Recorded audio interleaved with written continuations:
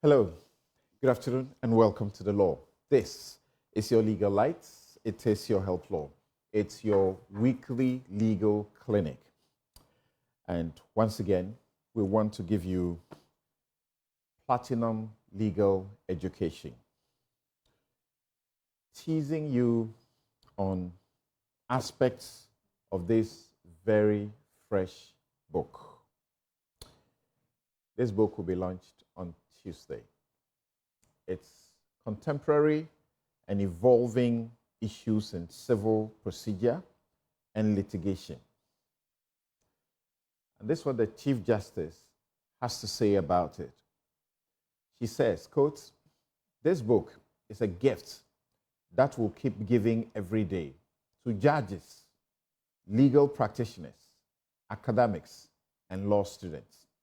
I'll show you in a bit that you are not left out."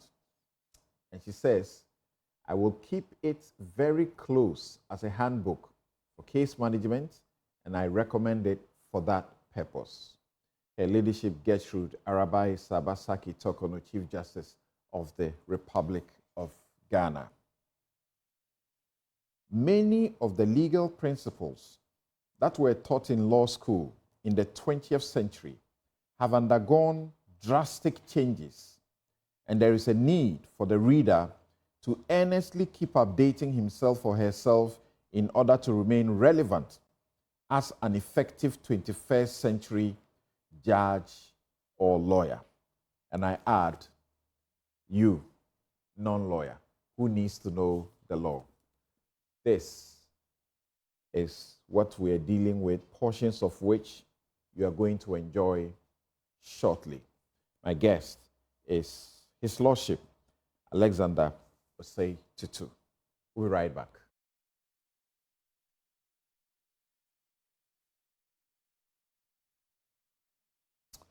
You're welcome back. Justice Alexander Osei Tutu is a Ghanaian judge, of course, who until August 2023 was on secondment to the Gambia from 2019. And he certainly is no stranger to this platform. For those of you who are interested in the law and have been trying to follow the law as students of the law, you would have read him almost every Friday with his legal corner. He contributes profusely to legal education and knowledge in this country. Lord, good afternoon. Thank you once again. We are privileged to have you on the show. Good afternoon, Samson. Great. So, as I said, we'll take a trip, but I intend to tease you, not to give you too much. We'll take a trip. I have taken a trip through this book, and I've enjoyed it thoroughly. I have reminded myself of many portions of the book. It's taking me to various places where the law has changed, transformed, and many people are losing out because they have not paid attention yet. Just get ready. Get your loins. So here we are, and I want us to begin right away by getting into a very interesting subject you raise. You say this thing about power of attorneys. Is it invalid if the person who attested to it is not present in the country where the power of attorney was made? Thank you, Samson. Exactly so. It does appear that in practice, you see a litigant outside the country who would want to litigate, and his lawyer will prepare a power of attorney for him, quickly send it. After signing, he sends it back to the country, and they get somebody to witness for the person. Me as a judge, immediately I look at the document, especially sometimes you see the document being commissioned by a commissioner for oath. Once I see that, the first question I ask myself, you are domiciled in, let's say, the United States, and the document is being commissioned in Ghana. So the judge will be curious to know how it happened. And fortunately for us, it has been decided by our courts that the one who is witnessing should be present at the time the document is being signed. So it's an area I would want the lawyers to look at it carefully so that their cases do not, they do not lose their cases on technical grounds. So it's very necessary that the one who witnesses the power of attorney is present. If the person, let's say, is domiciled in the UK and the witness is in Ghana, then there should be evidence that the person came to Ghana to execute it. Maybe he traveled, he came for Christmas, Easter, or any holiday and executed it here. In that case, the passport and other documents, travel documents, yes, should have to be shown or tendered in court to convince the judge that the document was actually executed in Ghana and the witness was present when it was being executed. And I'm bringing you here so that you are not lost. There are many lawyers who got to know that we are going to do this show and were so much in a hurry to join. But you will not be lost in this discussion. It is important because there are many times when you have a relative, you have friends, you have associates who live outside the country, and there are circumstances in which they have to take up a suit in Ghana to defend a situation they need to protect. And they want to appoint you as the one to represent them in court or to take the suit for them in the courtroom. How do you go about it? That is one of the issues we are talking about. What, for the ordinary person, what's a power of attorney? Which are the circumstances where it may be required? Yes, like you rightly said, power of attorney is a document which is given to another person to perform a legal act on the person's behalf. You may be outside the country and would want to buy a property, and because you cannot be in Ghana to sign the document yourself, you may appoint a power of attorney. You may be outside the country and you may have somebody is trespassing on your land. You may want to take the person to court. In that case also, you may want to appoint a power of attorney for another person who is called Donnie to do that on your behalf. You can even be in the country and be busy or maybe disabled. You are incapacitated, maybe due to old age or your physical condition. You can still give a power of attorney to another person to do that lawful act on your behalf. Right. So basically, power of attorney is a document given by one person called Dono to another called Donnie to do a legally or a lawful act on that person's behalf. Yeah.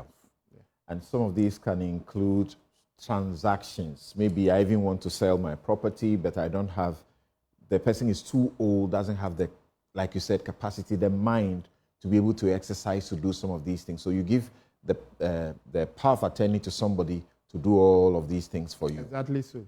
And this point is to ensure that the power of attorney that you are using is valid and it's not invalid, so that the one on the other end may not find themselves in a difficult situation. Samson, let me add onto it. Where the power of attorney is being issued by a person who is outside the country, the law requires that it be done in the presence of somebody called a notary public.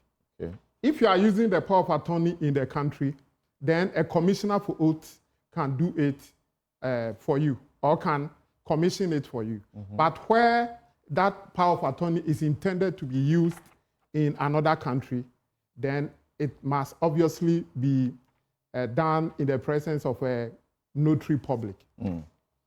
But the point you raise here in this book as to the validity or invalidity of that power of attorney, which you are stressing for the education of everybody this moment, is that the one who is attesting to the power of attorney must be present in the country where the power of attorney is made or issued. I will push a little further, not necessarily in the presence of the country, but at the time it was being issued, Okay. it was being signed by the one giving the power of attorney. He must be there to witness the signature of the person. He must be there. He must be present. Present. Yes. To witness it. Witness it. Have you thought about some virtual processes? Will the court entertain it? Power of attorney in Ghana is regulated by the Power of Attorney Act, which was enacted somewhere in 1998. So as at that time, these virtual things had not cropped up. So at the moment, it's strictly statutory. What I mean by strictly statutory is that it's regulated by the law. Right. Until the law is amended to take care of these virtual issues we are recently experiencing, it will not be proper to... You must follow, the law. The statute says. Parliament decides to reform the law to be in tune to be in tune with the realities of the day. There's another aspect around the power of attorney that you bring up at page 221, where you say an attorney who files an application is not bound to attach his power of attorney. Yes. Some time ago, if you are, I said it in context, in respect of what we call interlocutory application. What we mean by interlocutory application is you go to court for a declaration of title in your favor. But you see that the person you are contesting is on the land, doing something on the land. So you would want the court to injunct the person, to restrain the person from dealing with the property until the matter is being determined. So that is what we mean by interlocutory. And an application filed before or during the pendency of the action. And in time past, the practice was that if you are applying as an attorney, you must demonstrate, you must attach a copy of the power of attorney to your application. But the Court of Appeal came to say that no, when it comes to affidavits, they are regulated by Order 20 of the High Court Civil Procedure Rules. So the court held that an attorney or an attorney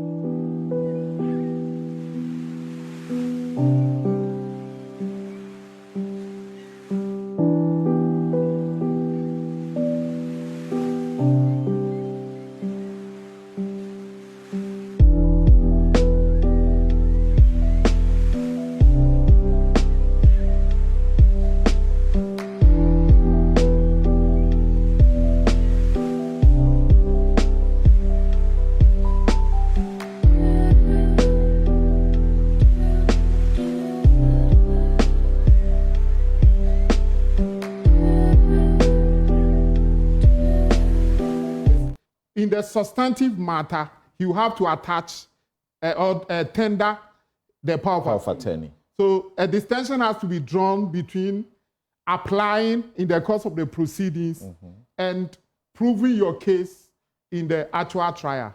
Right. In applying for a relief, you don't necessarily have to attach a copy of the power of attorney. But in the trial itself, where you are proving your case, if your capacity is challenged, then you should be able to bring a copy of the power of attorney appointing you to prosecute the action on behalf of the person. Two significant things to take note of that have just been shared with you right now. The power of attorney becomes necessary, and I gave example which my Lord also referenced. You never know that someone, or you may need someone who lives elsewhere to go to court on your behalf or to perform certain transactions on your behalf, and for which reason you will need a power of attorney to give to that person to clothe him with the power to act as if he or she were you transacting that particular business, or taking a suit in your name in court to protect a property you have or to even recover a debt or something like that for you. That power of attorney must be attested. The one attesting must be present at the place where it was made or at the point of execution. Otherwise, it will be invalid and there will be issues. And he just explained a while ago that if, for purposes of applications, you are not bound to make an attachment of the power of attorney under important circumstances. So this is the law. It's your legal light. It is your help law. We are just trying to give you education by teasing you on some of the subjects that have been treated on contemporary and evolving issues in civil procedure and litigation. It's a fresh book, fresh from the oven, by His Lordship Alexander Osei Tutu, Justice of the Superior Courts of Ghana. And there is one interesting thing I believe my audience will love to be educated about. It is what you talk about under unsigned or unexecuted documents. If a document is not signed for a purpose of whatever purpose, is it therefore invalid because it has not been signed? It cannot be used for any purpose.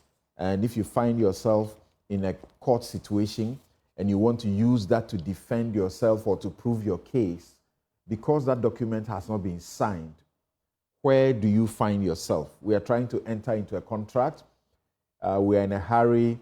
We've paid monies. We have the document is not signed, but we have agreed on all things and we have consummated the process, except we haven't signed the document. And then trouble comes. What happens? This is an interesting issue. Mm. The courts generally have held that an unsigned document is worthless, that is invalid.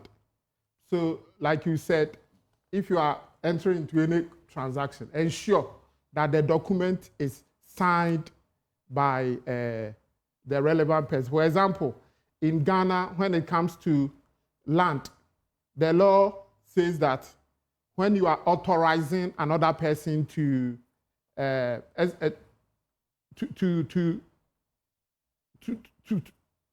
transfer the land on your behalf, it must be signed.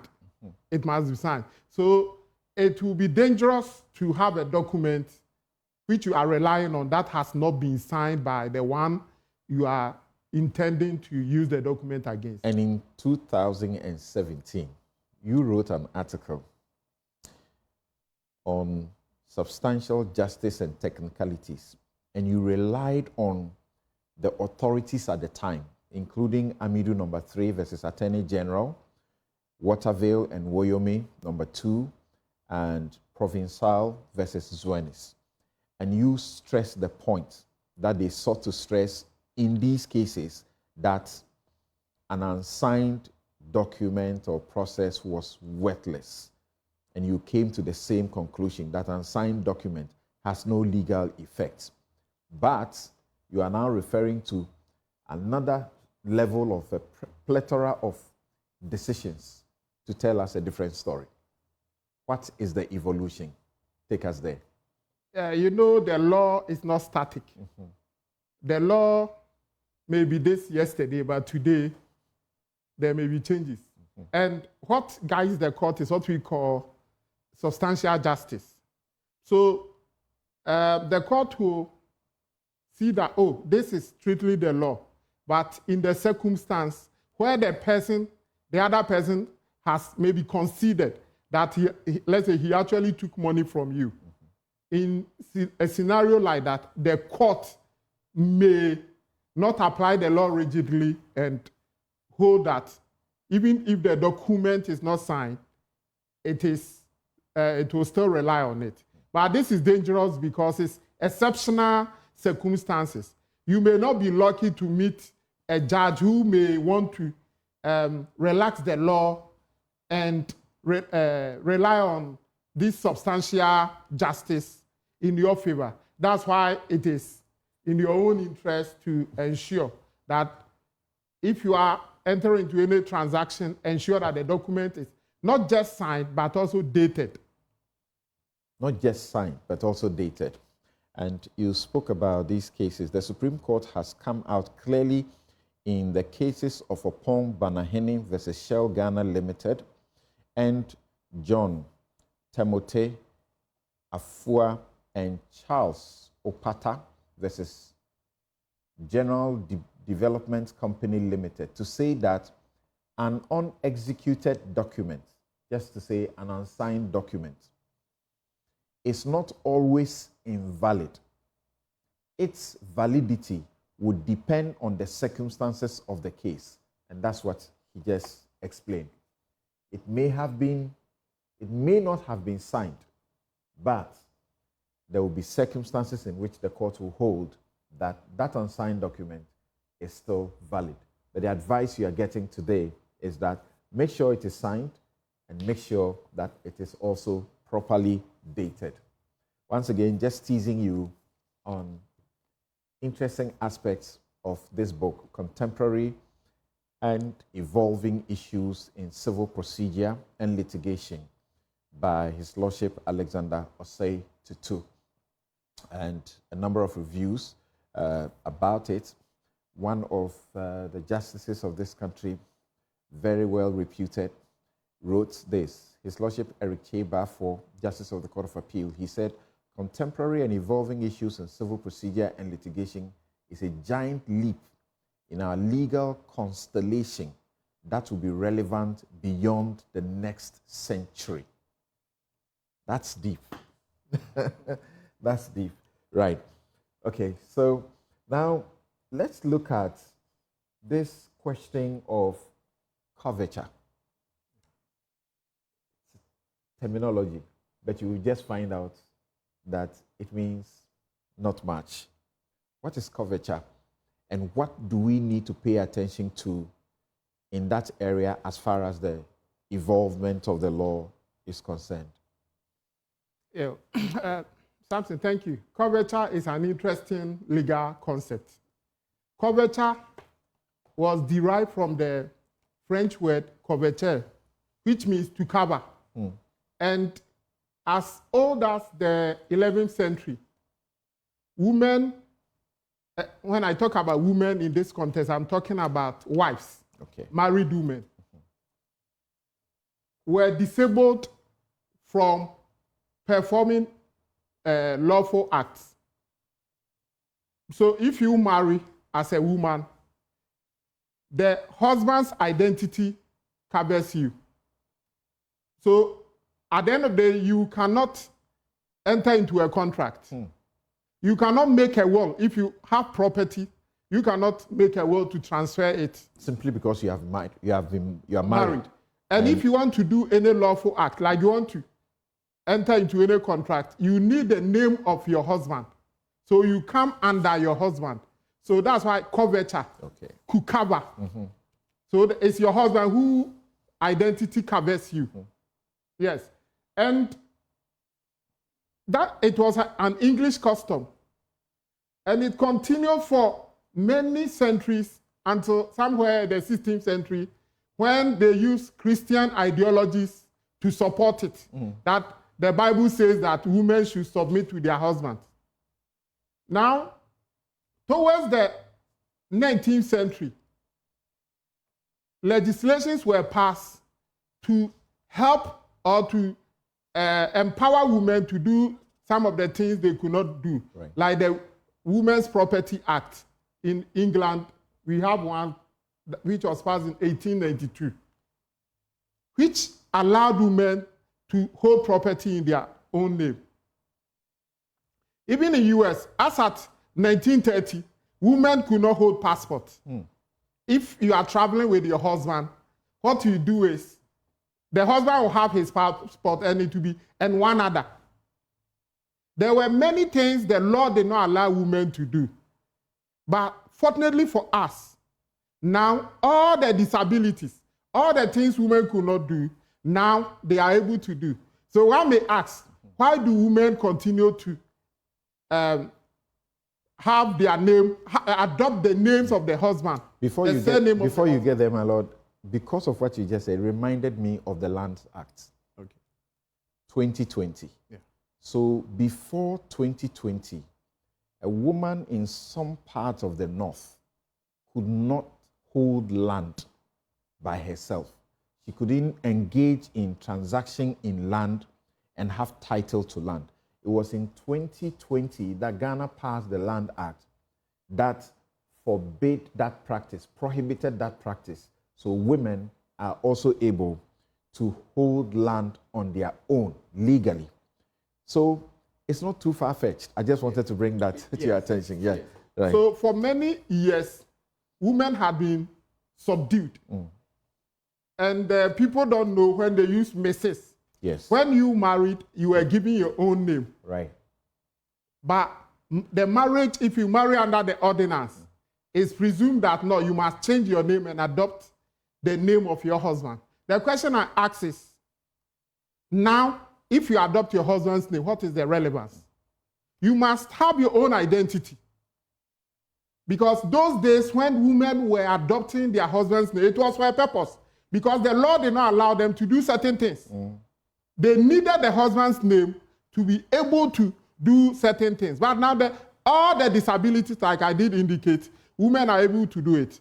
And if you want to use the Bible to justify it, you may also get it wrong, because in the Bible, nowhere do we have a woman changing his name because he got married.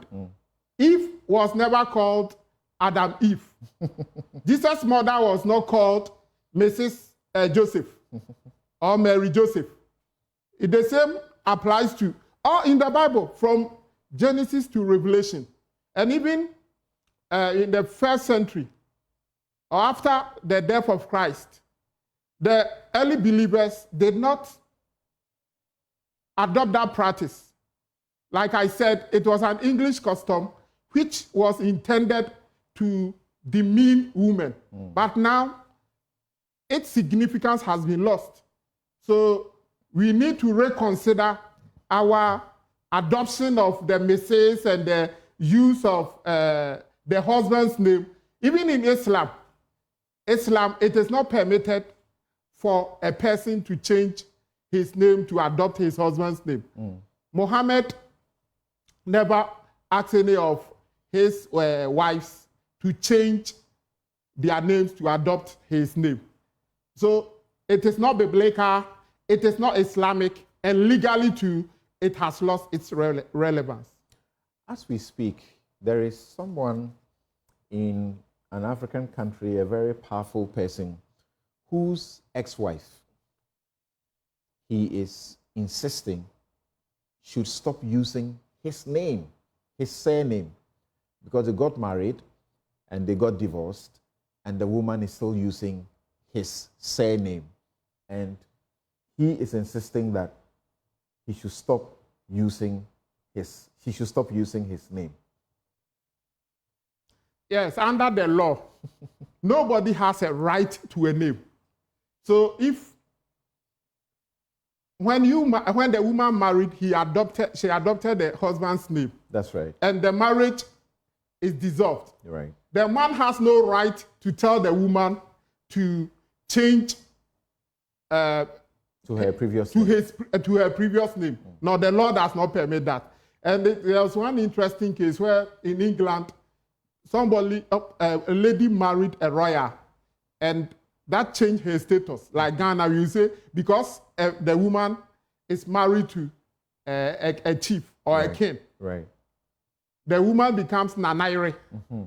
After the marriage, the woman continued to use the husband's royal name. Right. And the man felt that, no, you got that name because you got married to me. Now, if you divorce me, you have no right to use my name or to use a name associated with mine. And it went to court, and the court held that nobody has a right to a name. So even after marriage, after divorce, my listeners should know that one person cannot ask the other to change his or her name.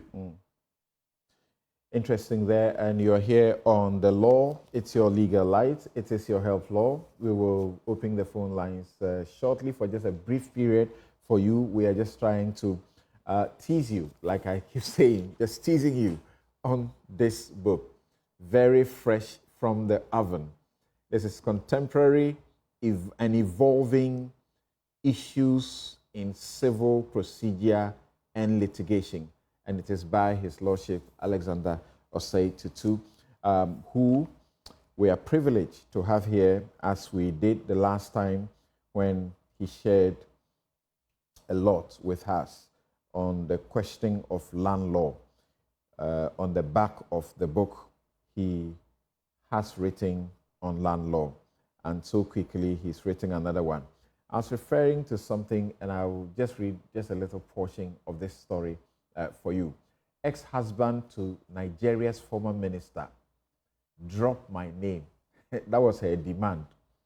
Rear Admiral Alison Madueke sues ex-wife, who is still keeping his surname, to stop using his name, citing damages to his reputation amid her corruption charges. So this woman has come under corruption charges, and on the basis of that, this man says, don't use my name again because we are no more husband and wife. The legal position is that once you take the name, your ex does not have the power to compel you to remove the name. Right. Samson, so for the lawyers who are listening, maybe they may want to know, in our field, we call something authority. Okay. What supports it? Right. This position has been decided in Ghana in the case of Bulenikwe versus Bulenikwe, 1992, One Ghana Law Report, page 165. Justice Brobe dealt with it. Right. And he adopted the English position. So the English position applies in Ghana, as we had explained. Right. And you'll find an extensive discussion here at chapter 17 of this book. Thank you, all of you, already sending in your messages. There's a lawyer who says there was a pending issue in court that he needed to address. He just got his solution. Come and pay your fees here. All right, thank you very much. Now, I will open the phone lines now. You can join us and ask any relevant questions now so that we will help you out in that regard. The other question I have is, there's a whole chapter where you dedicate to discussing co-plaintiffs and co-defendants. And we know that often when we are many defendants, we can have several lawyers. If we are 100 defendants, each one of us can decide to have, 100 lawyers separately. What is the position for the other party? Good. Like you said, before I proceed, let me explain plaintiff defendants. The one who commences an action in court is called a plaintiff. And the one who is being sued is called a defendant. And the law allows, if, let's say, we are 20 and we've been sued, the law allows each of the defendants to have their own lawyer. What about those who are suing, called the plaintiffs? I think for some time, we've been seeing in our courts where plaintiffs have different lawyers. That is not right. under the common law, as pertains in other countries, the law is that plaintiffs must have a common lawyer. The plaintiffs must speak with one voice. That is the rule. There may be exceptional cases where it will be necessary for the plaintiffs to have their separate lawyers. In that case, the court would grant them leave to have their separate lawyers. So that is an exception to the rule. On the other hand, defendants, the rule is that defendants can have their own or separate lawyers. Unless the court, where the circumstance, the facts and everything, the court forms the view that in that particular case, it will be proper to have a common lawyer. Especially, the rule is that defendants can have their separate lawyers.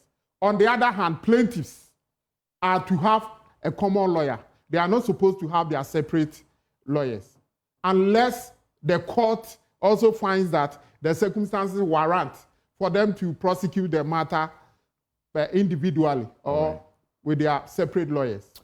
Thank you very much. As we look at these matters, we're opening the phone lines to take a couple of your questions. Then you get free legal advice. Thank you. Chief Superintendent, are you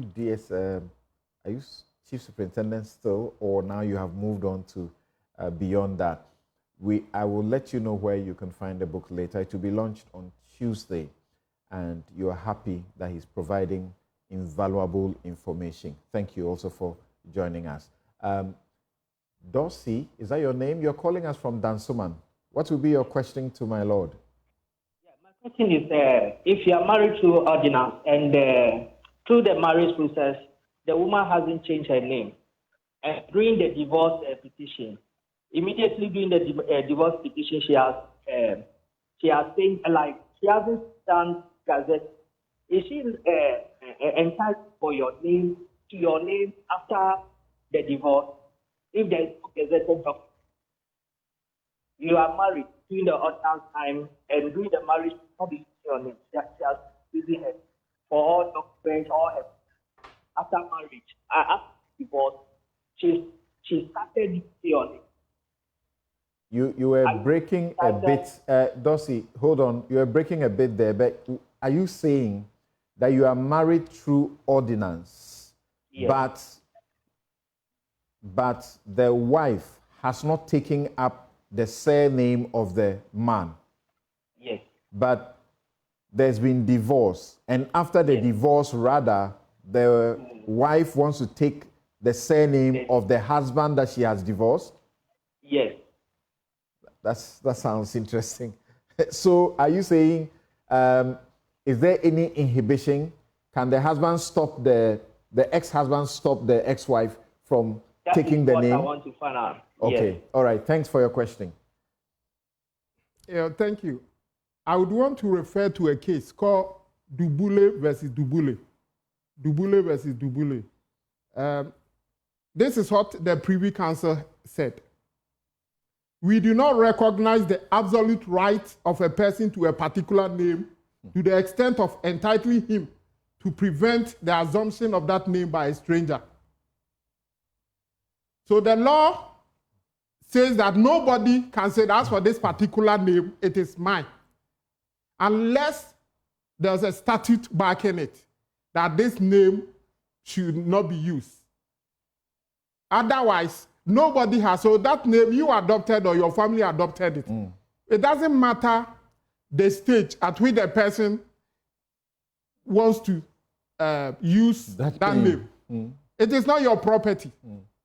Unless the person uses that name to pursue an illegal purposes. In that case, I think the law, the circumstances may cause the court to maybe look at the case. Otherwise, generally, nobody has the absolute right to a name. Okay. Kwachi, Kechre, Kwame, Apia, you're calling us from Kumasi, and this message says that some women don't completely change, but they add on their husband's name for good reasons, including respect as a married woman known to be associated with that particular man. It makes it easier for them to make certain claims or get certain benefits and privileges, among others. Yes. Ketre, let's hear you.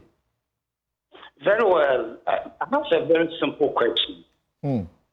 Mr. A got married to Madame B for about 20 years. On their way of the marriage, things got harder for the man, and the woman left. Things once again changed for the man, and things became well for him. They had started a building. The man completed the building. Can the woman come back and say, once upon a time, I started a building with you, I'm coming for mine? Is the woman right? All right. Thank you very much. You're taking us a bit away, but that's fine. Well, do you hear his question? I don't actually get it. Okay. Are you still there with us? Okay, so Ketre is saying that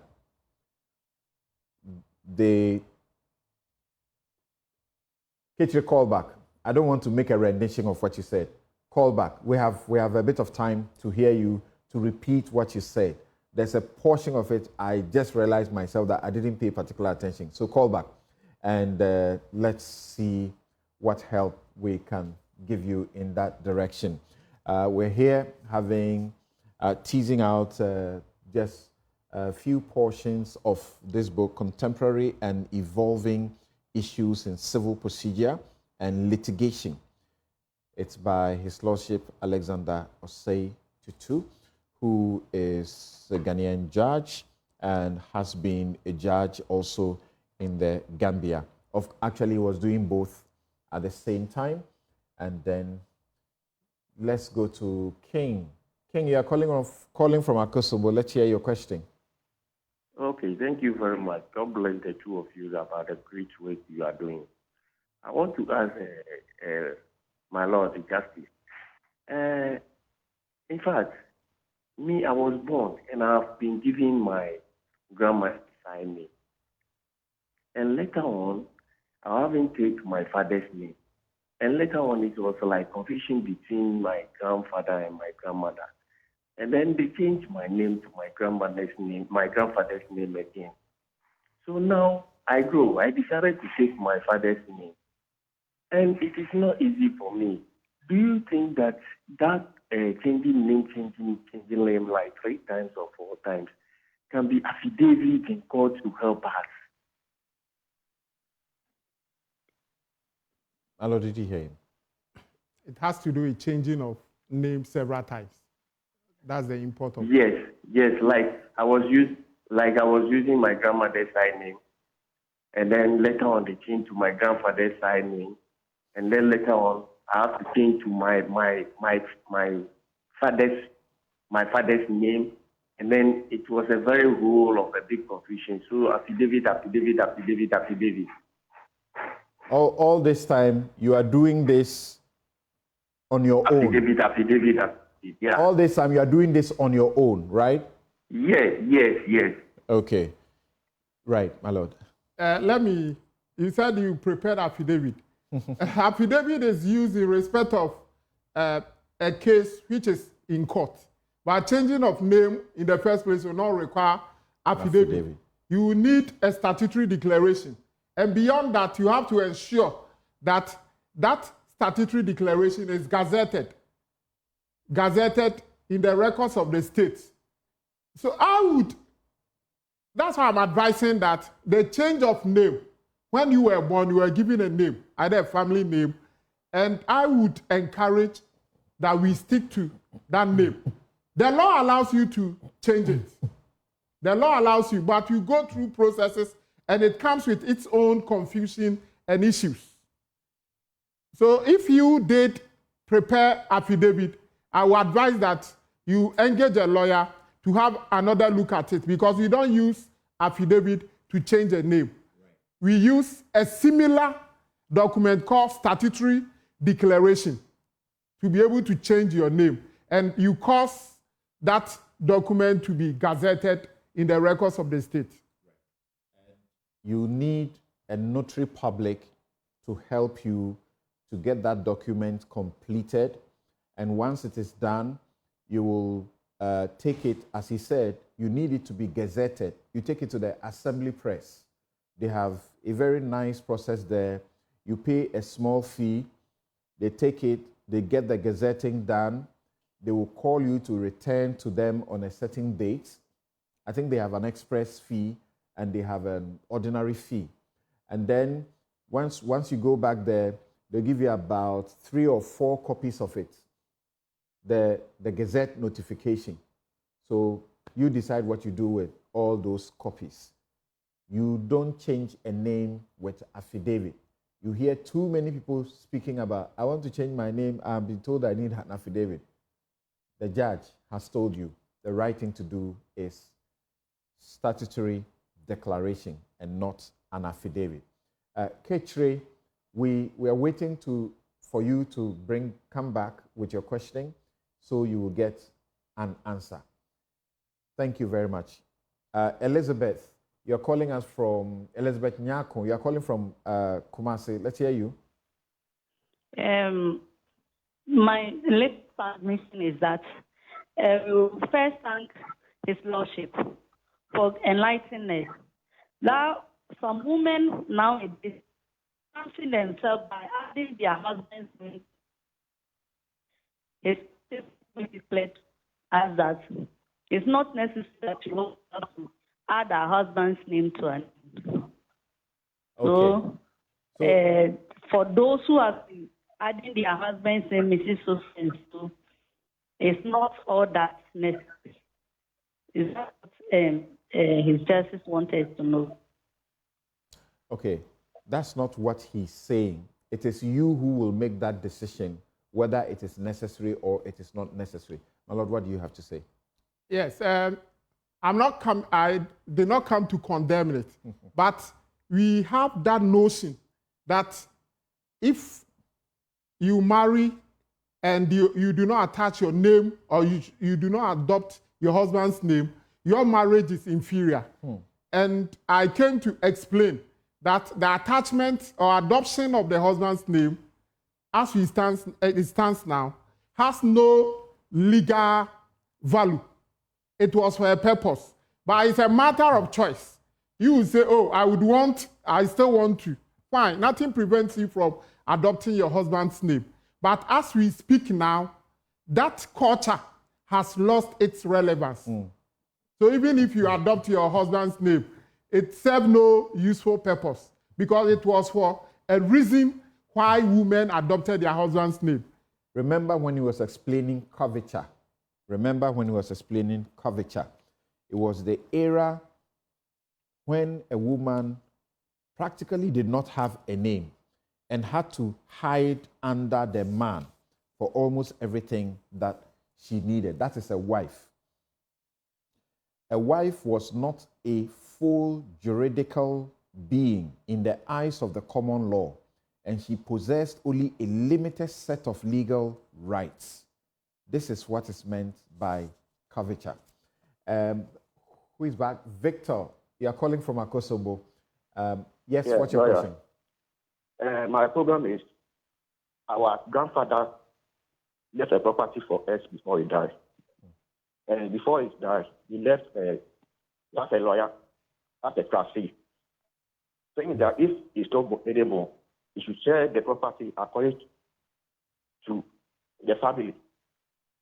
So when we hear that they say they sold the property, we don't know the person that sold the property, only that you hear that they sold the property. We went to our industry, is the lawyer that sold the property without our knowledge. So can you go back for our property? Did you get it? Okay, so stay there. Your father is deceased. That's what you're saying, right? Yes. And he had property which he had created a trust. Now they pass away. Sorry? Sorry, say that again. Victor? Yes, sir. Okay, you said your father... The property belongs The property belonged to my grandfather. The property belongs to your grandfather. Grandfather. Okay, and then what happened? Yes, for the family, if he's not around or if I've died, and the lawyer that my grandfather took sold the property without the family knowledge. So Okay. can we go back for our property? So, Victor, your grandfather gave his property to a lawyer to sort of watch over, in his absence, he should distribute it to you, the children, right? The grandchildren, right? Yes. Okay, and then upon the death of your grandfather, the lawyer has sold the property. Is that what you're saying? Yes. And you want to go for the property? Yes. Yes. It's a bit of a difficult situation. When your grandfather died, your father was alive, right? Yeah. Okay.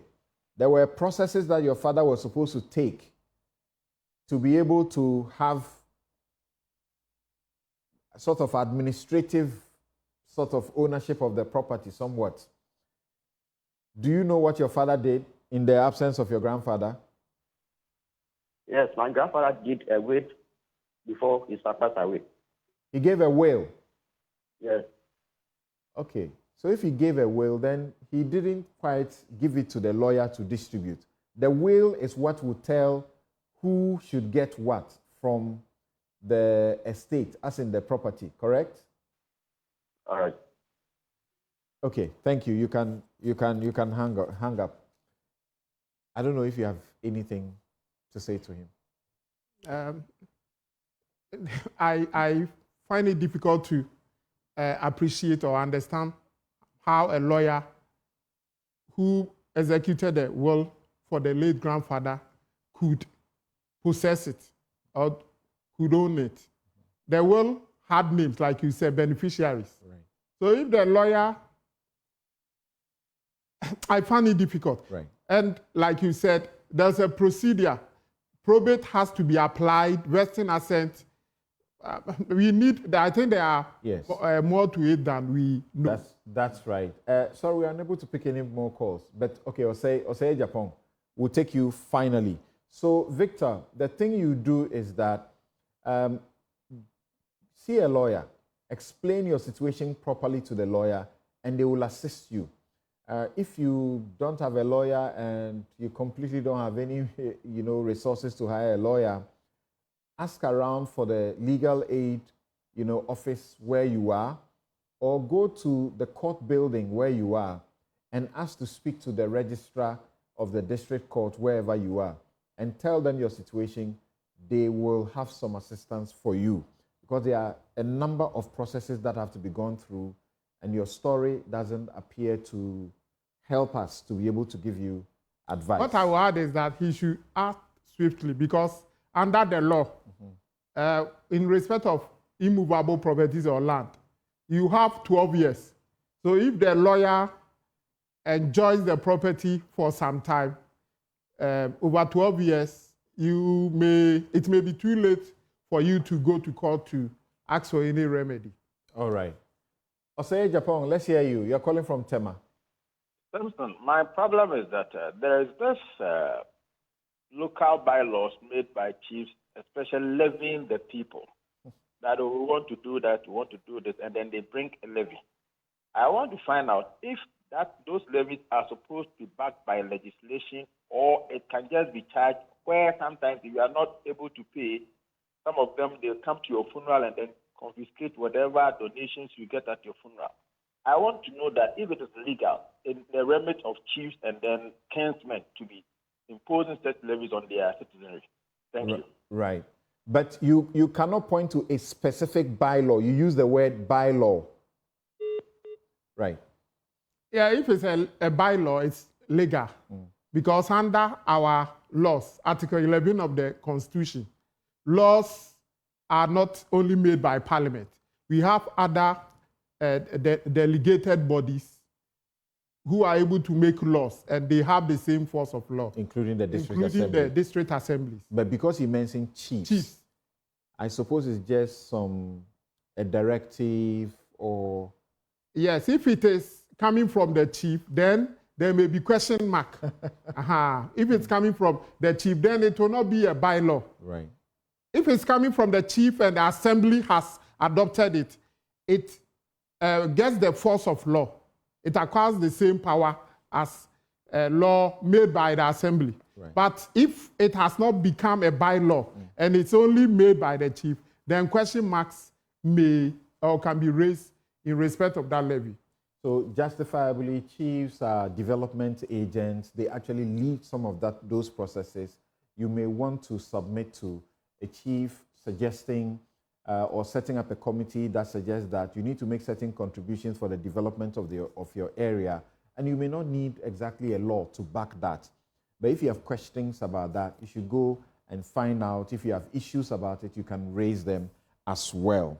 My Lord, so fresh from the oven, and I did something so that we didn't share just too much of it to you. So all of you who are asking where you can find it, where you can buy it, you can get one for yourself. Where do they get them?